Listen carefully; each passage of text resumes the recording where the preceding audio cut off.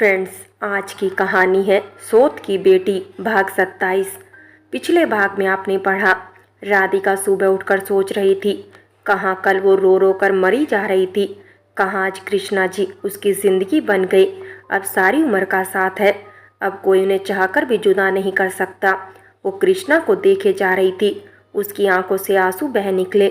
कृष्णा ने आंखें खोली, सामने राधिका का आंसू भरा चेहरा देखा तो वो एकदम उठकर बैठ गया। अब आगे उसने राधिका के चेहरे को साफ किया और उससे पूछा, क्या हुआ राधिका, मुझसे कोई भूल हो गई क्या? ये इस तरह सुबह सुबह क्यों रो रही हो? राधिका उसे लिपट गई और बोली, कृष्णा जी मैं बहुत खुश हूँ, अब हमें किसी का डर नहीं है, अब हमें कोई जुदा नहीं कर सकता। कृष्णा ने भी उसे गले लगा लिया, उसे पता चल गया था कि वो क्यों रो रही थी। वो बोला, हाँ राधिका, अब हमें कोई अलग नहीं कर सकता, अब सारी उम्र मुझे बस तुम्हारा ही चेहरा देखना पड़ेगा। उसने हंसते हुए कहा, फिर कुछ सोचकर बोला, अच्छा चलो नहा लो, कल मम्मी कह रही थी कि माता रानी के मत्था टेकने जाना है, पहले तुम नहा लो फिर मैं नहा लूंगा, वैसे कहो तो साथ में चले, समय बच जाएगा। कृष्णा ने उसे छेड़ते हुए कहा। राधिका कृष्णा को धक्का देकर उठी और भागकर टॉयलेट में घुस गई और बोली, ऐसा सोचना भी मत, कहकर उसने कुंडी लगा ली। कृष्णा बेड पर लेटा मुस्कुरा रहा था। राधिका तैयार होकर नीचे आ गई थी। मम्मी किचन में नौकरों को हिदायत दे रही थी। राधिका ने आकर उनके पैर छूकर प्रणाम किया। मम्मी उसे प्यार से गले लगाते हुए बोली, जीती रहो बेटी, तुम तैयार भी हो गई, मैं तो अभी तक नहाई भी नहीं। मम्मी मैं तो खाना बनाने में हेल्प करने आई थी, कुछ करूं मैं? राधिका ने पूछा। अरे नहीं बेटा, आज पहले माता रानी के मत्था टेकने जाना है, याद रखना बेटा, वो अपनी कुल देवी है, घर में बेटा हो या बेटे की शादी हो वहाँ मत्था टिका के लाना है। ये मुझे मेरी सास ने बताया था, मैं तुम्हें बता रही हूँ, तुम अपनी बहू को बताना। माँ ने समझाया, फिर कुछ रुककर बोली, और रही बात काम की, पहले कल एक रस्म करनी है, उसे कहते हैं चौके चढ़ाना। तुम दोनों कुछ मीठा बनाना, हम सब तुम्हें शगुन देंगे, उसके बाद तुम घर का कोई भी काम कर सकती हो। तब मम्मी नहाने चली गई। काम वाली आंटी राधिका को नमस्ते कहकर चाय दे गई। राधिका चाय लेकर लिविंग रूम में आ गई थी। वहाँ कृष्णा के पापा बैठे थे। राधिका ने कप टेबल पर रखा और उनके पैर छुए। पापा ने उसे आशीर्वाद दिया और बोले, जीती रहो बेटा, खुश रहो, भगवान तुम्हारी हर इच्छा पूरी करे। बैठो बेटी, खुश हो क्या? जी पापा जी। बेटा अब क्या कर रही हो, क्या बनने का इरादा है तुम्हारा? पापा ने पूछा।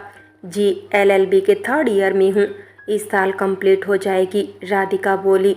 गुड, फिर तो तुम दोनों अपनी लो फॉर्म खोल सकते हो। इसके बाद LLM करने का भी इरादा है क्या?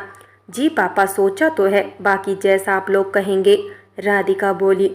नहीं बेटा, जो तुम्हारा दिल कहता है वो करो, अगर कृष्णा रोकता है तो मुझे बताना, उसको मैं ठीक करूँगा। और हाँ बेटा, पैसों की चिंता मत करना, जितने लगेंगे मैं दूंगा। पापा बोले।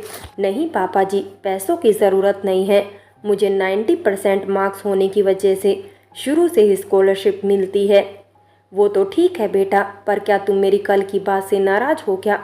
मुझसे गलती हो गई थी, मैंने गलत फ़ोटो देख ली और मुझे लगा कि वो कृष्णा के पैसों के लिए उसके पीछे है। सॉरी बेटा, मुझे माफ़ कर दो। पापा हाथ जोड़कर बोले।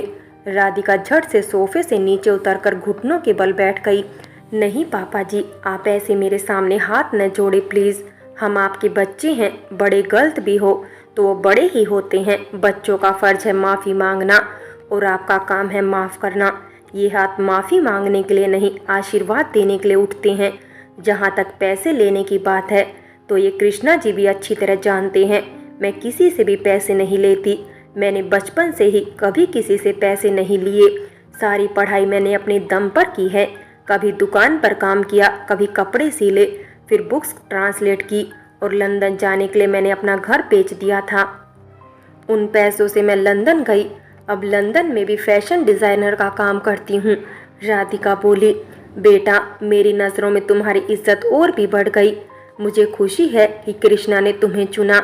पापा उसे नीचे से उठाते हुए बोले।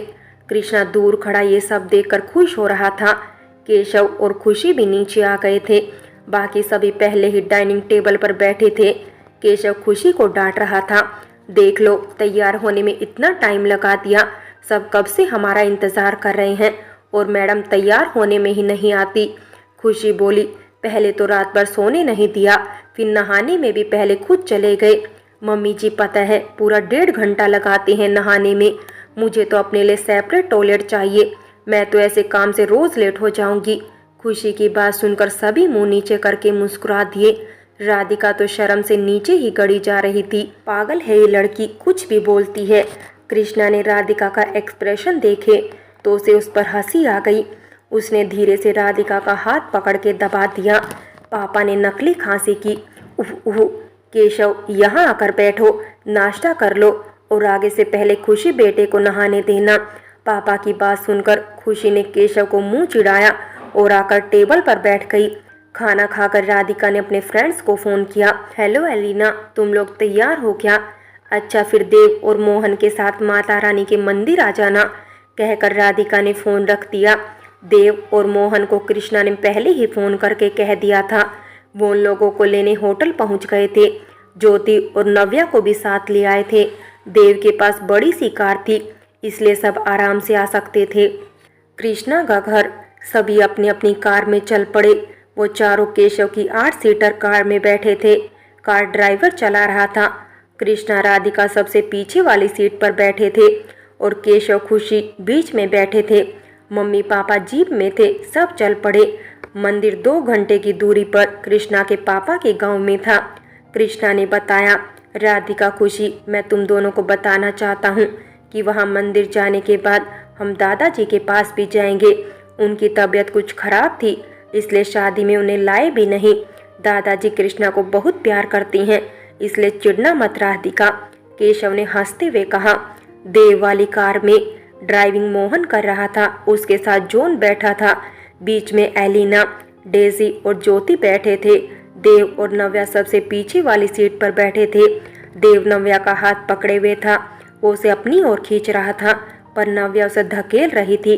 वो धीरे से बोली, टिककर बैठ जाओ, वरना मैं आगे बैठ जाऊंगी, समझे? ठीक है, जाओ फिर, मैं भी बात नहीं करता तुमसे। यार, क्या कोई अपनी गर्लफ्रेंड का हाथ भी नहीं पकड़ सकता? देव झूठ मूठ का नाराज होकर बैठ गया। आगे वालों को सब सुन रहा था, पर समझ में सिर्फ ज्योति को ही आ रहा था। एलिना और डेजी को कुछ समझ आ गया और कुछ नहीं। फिर भी तीनों अपनी बातों में मस्त रही। फिर नव्या ने खुद देव का हाथ पकड़ लिया और देव हंस दिया। आगे वाले भी हंसने लगे। खुशी को नींद आने लगी। केशव बोला, इतनी लेट उठी हो और अब फिर सो रही हो? खुशी बोली, रात तुमने सोने भी नहीं दिया। राधिका ये सारी रात तंग करता रहा मुझे। कृष्णा जी तो ऐसे नहीं है ना, है ना? केशव उसके मुंह पर हाथ रखता रहा, पर वो कहाँ चुप होने वाली थी। राधिका को शर्म आ रही थी। उसका मुंह शर्म से लाल हो गया। वो कुछ नहीं बोली। खुशी बोली, राधिका तुम कुछ नहीं बोलोगी क्या? वो तुम्हारी तरह बेशर्म नहीं है। पागल, ऐसी बातें सबके सामने नहीं करते। केशव ने धीरे से कहा। तो फिर तुम क्यों मुझे लेट उठने का ताना दे रहे हो बार बार? खुशी बोली, अच्छा बाबा, मेरी ही गलती है, अब माफ़ कर दो, गलती हो गई, आगे से नहीं बोलूँगा। उसने मुंह को जिप लगाने का इशारा करते हुए कहा। पीछे बैठे कृष्णा और राधिका मुस्कुरा रहे थे। कृष्णा ने राधिका का हाथ अब भी पकड़ा हुआ था। राधिका के मेहंदी लगे और लाल चूड़े से भरे हुए हाथ उसे बहुत ही प्यारे लग रहे थे। उसने धीरे से नीचे झुककर उसके हाथ चूम लिए। राधिका ने शर्माकर सरोड़ झुका लिया। कृष्णा ने अपने कंधे पर हाथ मारकर राधिका को वहां सर रखकर सोने का इशारा किया। राधिका चुपचाप सर रखकर लेट गई। केशव ने सामने शीशे में देख लिया था और वो गाना गाने लगा। आंखों ही आंखों में इशारा हो गया, बैठे बैठे जीने का सहारा हो गया। राधिका एकदम से सीधे होकर बैठ गई। कृष्णा ने फिर उसका सर पकड़कर अपने कंधे पर रख लिया और केशव के कंधे पर हाथ मारा। केशव मुस्कुरा दिया और उसने भी खुशी का सर अपने कंधे पर रख लिया। कुछ देर में वो सब मंदिर पहुंच गए। वहां उन्होंने पूरी श्रद्धा से मत्था टेका। पापा जी ने पंडित जी से कहकर आरती कराई। पंडित जी ने आशीर्वाद दिया। जॉन वीडियो बना रहा था, उसने कल वाली फोटोज कॉलेज के ग्रुप में डाल दी थी। सबको राधिका कृष्णा की शादी का पता चल गया था। अब वो आज की वीडियो को भी सेंड कर देगा। सबने मत्था टेका। फिर सभी उनके गांव वाले घर में गए। घर हवेली नुमा था। राधिका देखकर हैरान रह गई। उसे पता नहीं था कृष्णा इतने बड़े खानदान से है। सबने दादाजी के पैर छुए। दादाजी आर्मी से रिटायर अफसर थे। उनकी पर्सनैलिटी अब भी बहुत अच्छी थी, लेकिन वो व्हीलचेयर पर थे। कृष्णा के पापा ने उन्हें बहुत बार अपने साथ चलने को कहा, पर वो ये जगह छोड़ना नहीं चाहते थे। यहाँ बहुत दूर तक गार्डन था, फिर चारों तरफ खेत भी थे। सबकी देखभाल दादाजी की निगरानी में होती थी। घर का बटलर जो कृष्णा के पापा ने रखा हुआ था, वही सारे कामकाज देखता था। पापा ने कल ही उसे फ़ोन कर दिया था, तो बटलर ने सबके खाने पीने और रहने का इंतज़ाम कर दिया था। सभी बड़े से लिविंग रूम में बैठ गए। दादाजी सबसे बातें करने लगे। फिर सबने खाना खाया। खाना किसी 5 स्टार होटल से कम नहीं था। पापा ने दादाजी को अपनी बहू के बारे में बताया और उन्हें राधिका और खुशी से मिलवाया। दादाजी जब से सभी आए थे, इन दोनों को ही देख रहे थे। सब लड़कियों में उन्हें बस राधिका ही अक्लमंद लगी। वो खुश थे कि राधिका कृष्णा की पत्नी है, क्योंकि उन्हें केशव से ज़्यादा कृष्णा पसंद था। ये नहीं था कि वो कोई भेदभाव करते थे, पर कृष्णा शुरू से ही काफ़ी सीधा साधा था और केशव शरारती। और कृष्णा सारी छुट्टियां दादाजी के साथ बिताता था, जबकि केशव अपने दोस्तों के साथ में। इसलिए उन्हें कृष्णा से ज़्यादा लगाव था। और राधिका को देख वो सोच रहे थे कि ये ही कृष्णा की वाइफ होनी चाहिए। खाना खाने के बाद खुशी बोली उसका सर दर्द हो रहा है, तो दादाजी के डॉक्टर ने उसे दवा दे दी। केशव उसे अपने कमरे में छोड़ आया। हवेली बहुत बड़ी थी, उसमें 15 के करीब कमरे थे। केशव उसे छोड़कर आने लगा तो वो बोली कि उसे अकेले यहाँ डर लगता है, तो उसके पास ही रुक गया। मम्मी पापा भी अपने कमरे में रेस्ट करने चले गए। कृष्णा और राधिका दादाजी के साथ उनके कमरे में चले गए। बाकियों को बटलर हवेली दिखाने ले गया। हवेली बहुत बड़ी थी, बड़ी बड़ी दीवारें, उन पर बड़ी बड़ी पेंटिंग्स, हर चीज़ देखने लायक थी। सब हैरान थे कि कृष्णा के घर वाले इतने अमीर हैं। कृष्णा और राधिका दादाजी के कमरे में बैठे थे। दादाजी ने राधिका से पूछा, बेटा क्या करती हो? राधिका ने दादाजी को लिटाकर ढंग से चादर दी। फिर उसने बताया, मैं लंदन में LLB कर रही हूँ। चलो अच्छा है, तुम दोनों एक ही प्रोफेशन के हो जाओगे। तुम्हारे पेरेंट्स क्या करते हैं? राधिका ने कृष्णा की तरफ देखा तो कृष्णा बोला, दादाजी इसके पेरेंट्स इस दुनिया में नहीं हैं, अब अपना परिवार ही इसका परिवार है। दादाजी को भी थोड़ा बुरा सा लगा। वो बोले, हाँ सही तो है, हम है ना, कभी खुद को अकेली मत कहना। उसके बाद दादाजी महाभारत और रामायण के किस्से सुनाने लगे। राधिका उन्हें हर पहलू में अपना ख्याल बताती रही। दादाजी हैरान थे कि आज के युग में भी बच्चों को इन सब का इतना ज्ञान है। शाम को सभी लिविंग रूम में इकट्ठे हुए चाय पी रहे थे। दादाजी कृष्णा से बोले, कृष्णा बहुत समय हुआ है तुम्हें पियानो बजाते हुए नहीं सुना, चलो आज मौका है सुना दो।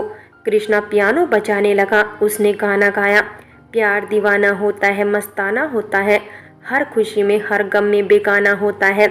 हवेली में सबने खूब एंजॉय किया। वहाँ बैडमिंटन खेला, चेस खेला और स्विमिंग की। रात को ज्योति और नव्या दोनों एक कमरे में ठहरी और एलिना और डेजी दूसरे कमरे में, और तीनों लड़कों को एक कमरे में ठहराया गया। कृष्णा, केशव और पापा के पास अपने अपने कमरे थे। कृष्णा और राधिका सोने से पहले भी काफ़ी देर दादाजी के साथ बिता कर आए। जब वो कमरे में आए तो कृष्णा ने उसे दिखाया, देखो ये मेरा बचपन का कमरा है, इससे मेरी यादें जुड़ी हैं। राधिका ने ध्यान से कमरे को देखा। उनका कमरा 3rd फ्लोर पर था। उसने खिड़की से बाहर देखा तो ऐसा लगा मानो वो बहुत ऊपर हो। तब कृष्णा ने उसका हाथ पकड़ा और बोला, मेरे साथ चलो। राधिका चल दी। कृष्णा उसे सीढ़ियों से छत पर ले आया। छत बहुत ही बड़ी थी। दोनों वहां बैठ गए।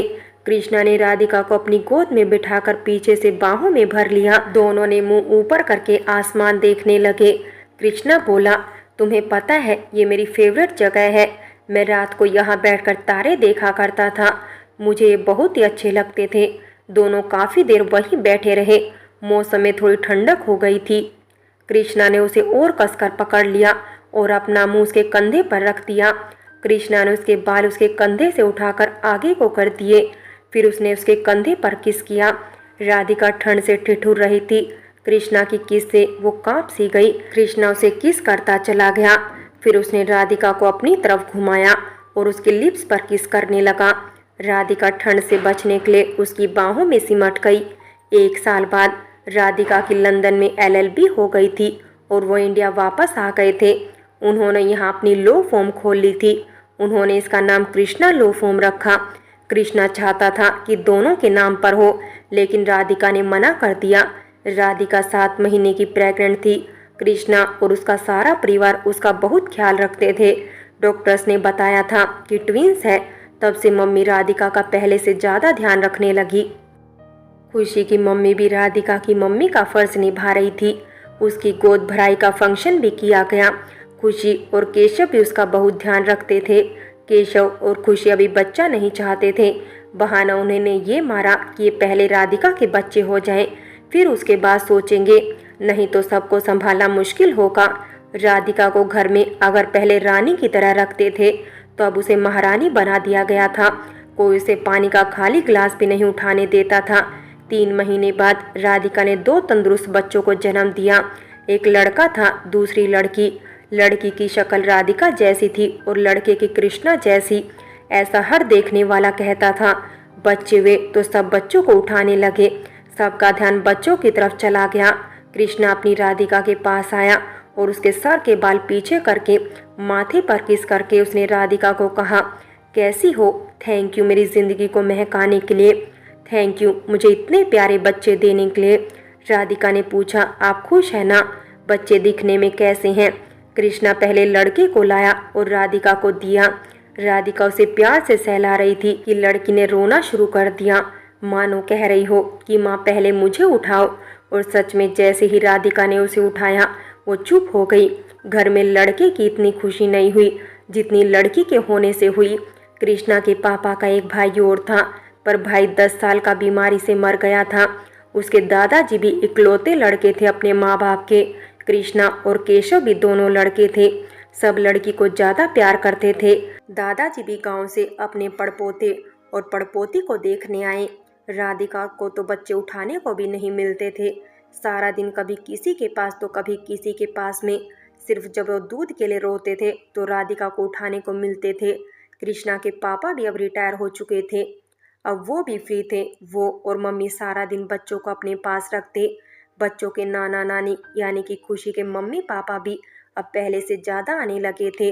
लंदन खबर पहुंचते ही एलिना, उसका पति मार्क, जॉन, उसकी पत्नी लिली बच्चों को देखने आई इंडिया। बच्चों से मिलकर वो बहुत खुश हुए। बच्चे भी किसी के पास जाकर रोते नहीं थे। रोजी खुद प्रेग्नेंट थी, इसलिए वो नहीं आई थी। कुछ दिन रहकर वो चले गए। दादाजी ने बच्चों का नामकरण किया। बेटी का नाम महक और बेटे का नाम आरव रखा। सबको नाम पसंद आए। रात को राधिका और कृष्णा दोनों ही उन्हें संभालते थे। अगर महक उठ जाती थी तो वो सोने नहीं देती थी। आरव को भी उठा देती थी। आरव बहुत ही शरीफ था, बिल्कुल कृष्णा जैसा। अगर राधिका या कृष्णा उठते नहीं थे तो वो उन्हें हिला हिला के जगा देती थी। फिर कृष्णा और राधिका दोनों उठते और एक उनके कपड़े चेंज करता तो दूसरा दूध बना कर लाता। सुबह जो भी पहले उठ जाता वो दोनों बच्चों को नहला धुला देता। फिर राधिका उन्हें दूध पिला देती थी। महक हमेशा पहले दूध पीती थी। अगर कभी राधिका आरव को पहले पिलाने भी लगती तो वो रो रो कर बुरा हाल कर लेती थी। सो राधिका पहले उसे ही पिला देती थी। आरव कभी जिद नहीं करता था। कृष्णा की मम्मी बताती थी, आरव बिल्कुल कृष्णा जैसा ही है और महक केशव जैसी। जब कभी वो कृष्णा को उठा लेती थी तो केशव रो रो कर बुरा हाल कर देता था। इसलिए मम्मी ने कृष्णा को कम ही उठाया था। कृष्णा ज़्यादातर दादाजी के पास ही रहता था। अब केशव और खुशी भी काम से फ्री होते ही यहाँ आ जाते थे। दिन में राधिका को बच्चों की बिल्कुल चिंता नहीं होती थी। बस 1-2 बार आकर वो दूध पिला जाती थी। बच्चे थे ही इतने प्यारे, बिल्कुल गोल मटोल गोरे चिट्टे। राधिका कई बार सोचती थी, अगर आकाश उनकी ज़िंदगी में न आता तो आज माँ और टीना जिंदा होते। माँ बच्चों को देखकर कितनी खुश होती। कृष्णा राधिका का अब पहले से ज़्यादा ध्यान रखता था, क्योंकि अब घर में कोई और उसका ध्यान जो नहीं रखता था। सब बच्चों में मस्त हो गए थे। राधिका में बच्चों को जन्म देकर कमज़ोरी आ गई थी। फिर रात भर बच्चों को संभालना। कृष्णा हर कोशिश करता था कि राधिका को ज़्यादा रेस्ट मिले। वो कई बार खुद ही बच्चों के डायपर चेंज कर देता था। राधिका को नहीं जगाता था। ज्योति डॉक्टर बन गई थी। देव और नव्या ने भी कोर्स पूरा कर लिया था और काम भी शुरू कर दिया था। दोनों की सगाई हो गई थी, जल्दी शादी भी होने वाली थी। कृष्णा ने राधिका के पापा का घर दोबारा से खरीदकर उसे दे दिया। बच्चों के आने से उनका प्यार और बढ़ गया था। उनका काम भी अच्छा चल रहा था। उनकी फर्म इंसाफ दिलाने के लिए मशहूर थी। अगर कोई गरीब भी आ जाता था तो बिना पैसे के भी केस लड़ लेते थे। उन दोनों का प्यार वक्त के साथ और बढ़ता गया।